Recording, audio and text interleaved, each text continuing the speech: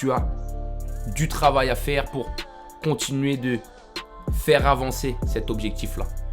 Et ça peut paraître très difficile et beaucoup de gens seront en désaccord avec moi, mais pour moi, le seul moment où tu peux te reposer en tant qu'homme, c'est au moment où tu vas te coucher.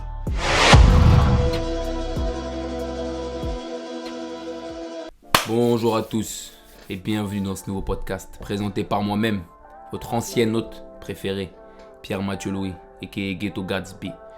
Et ça y est, je suis de retour, content de vous retrouver, content de reprendre le rythme, d'être avec vous une fois par semaine. Je reviens d'une petite retraite dans le sud de la France qui m'a permis de remettre pas mal de choses en place. Et je me suis dit que ce soir, j'allais vous parler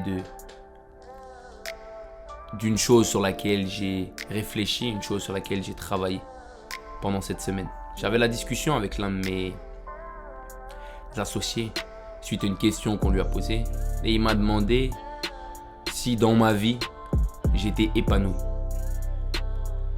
Et on a longuement disserté là-dessus jusqu'à ce qu'on se rende compte que ce n'étaient pas des échelles de valeur qu'on avait l'habitude de prendre en compte dans nos parcours. Et en réfléchissant du coup un petit peu plus profondément à quelles étaient les échelles de mesure qui me permettaient de savoir si j'étais en train de progresser ou non, eh bien je me suis rendu compte que les deux seules choses sur lesquelles je me basais jour après jour pour suivre ma progression, eh bien c'était la fierté que j'avais par rapport à ce que je mettais en place.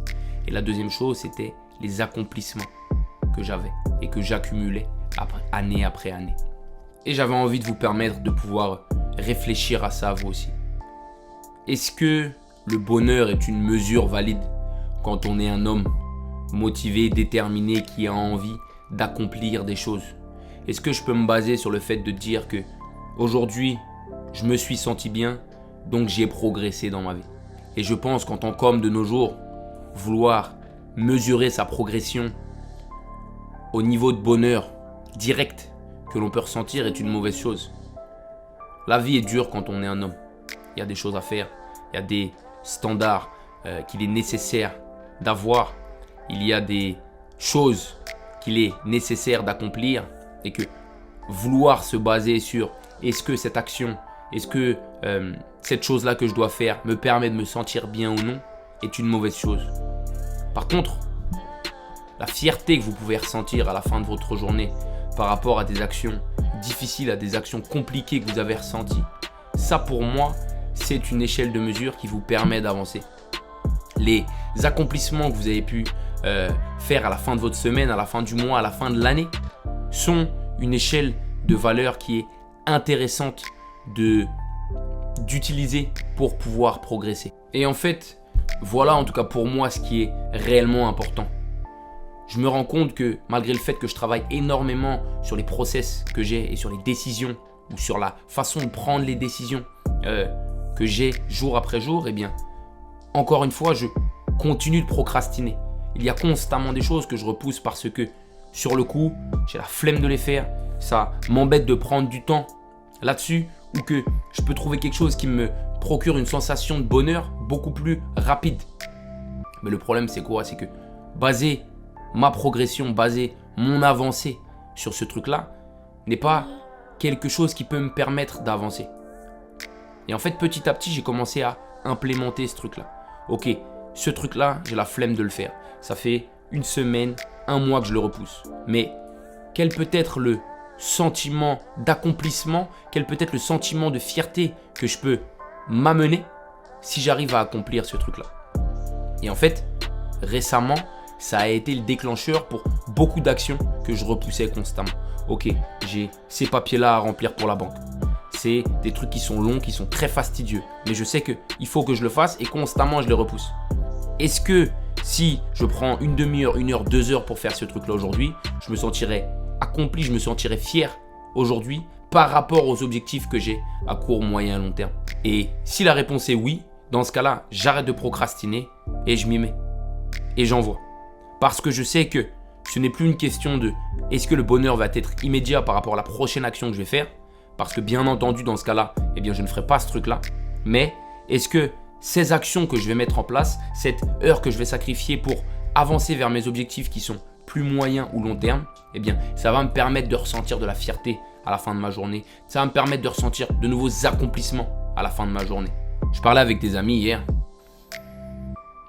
Et par rapport aux différents obstacles, par rapport aux différents problèmes qu'on pouvait chacun avoir, eh bien, au bout d'un moment, je disais à mon gars,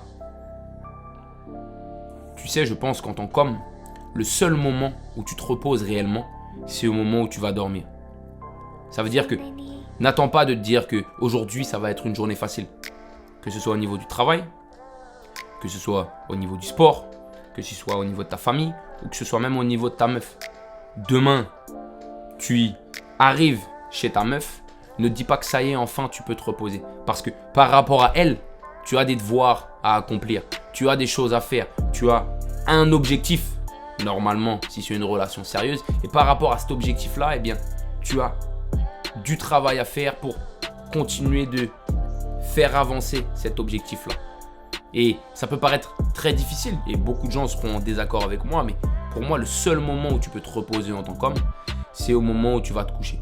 Au moment où tu fermes les yeux et que tu te dis « Ok, j'ai fait ce que j'avais à faire aujourd'hui, j'ai avancé par rapport à mes objectifs, j'ai amélioré mon niveau d'accomplissement, je peux enfin me reposer. Et je sais que demain, quand je vais me réveiller à 6h, 7h, 8h du matin, eh bien, je repars pour une nouvelle journée de charbon. » Et encore une fois, comme je vous dis, ça peut paraître dur vu de l'extérieur, ça peut ne pas être compris par certains, ça peut être même très difficile à accepter, mais dites-vous que quand vous êtes un homme, il n'y a pas de temps off.